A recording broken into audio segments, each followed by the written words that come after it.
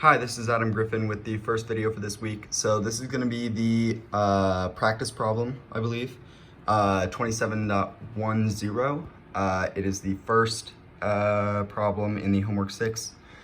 So it gives us a little bit of information right here. The current in a 100 watt light bulb is 0.730 amps, and the filament inside the bulb has a 0.24 millimeter diameter. For part A, it asks, what is the current density in the filament? And right here we have our figure showing our light bulb and then the wire or the filament inside of the light bulb with a diameter of 0.24 millimeters or a radius of 0.12 millimeters. And then our current going through that filament is 0.73 amps. So current density, the equation for it is current density equals our current over the area of our wire that the current is passing through. So again, I have all of our givens written out. So 0.73 amps for I, or for our current, and then our area right here equals pi r squared, because that's the area of a circle. And our radius, just like we said over here, 0.12 millimeters or 0.00012 meters. We plug that in to get our area, and we get 4.52 times 10 to the negative 8 square meters. And I'll pull this back a little bit so it's easier to see. So now that we have our area and we have our current, we can just plug that in. 0.73 amps divided by 4.52 times 10 to the negative 8th square meters equals 1.61 times 10 to the 7th amps per square meter.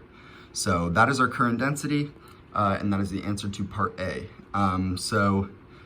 There's not really any super difficult parts about this. I think just knowing what each of these variables in this equation mean is probably the most difficult part.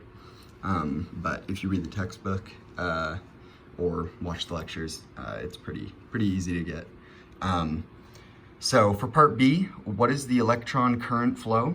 So the electron current flow is the number of electrons per second passing through the filament. So also from the textbook, we get that our current equals the charge of an electron times our electron current flow. And right here we have our givens where we have the charge of an electron, 1.6 times 10 to the negative 19th coulombs, and then our current, 0.73 amps. We can rearrange this equation right here, and we see that our electrons per second equals our current divided by the charge of an electron. So once we do that, we plug both of those numbers in, and we get 4.56 times 10 to the 18th electrons per second. So a pretty high number. And this one again, I would say that probably the hardest part is just knowing what these variables mean. And it's not super obvious, these units on here. So that's another thing that you might want to pay attention to. So yeah, that is problem 27.10, and I hope it was straightforward, and thank you for watching.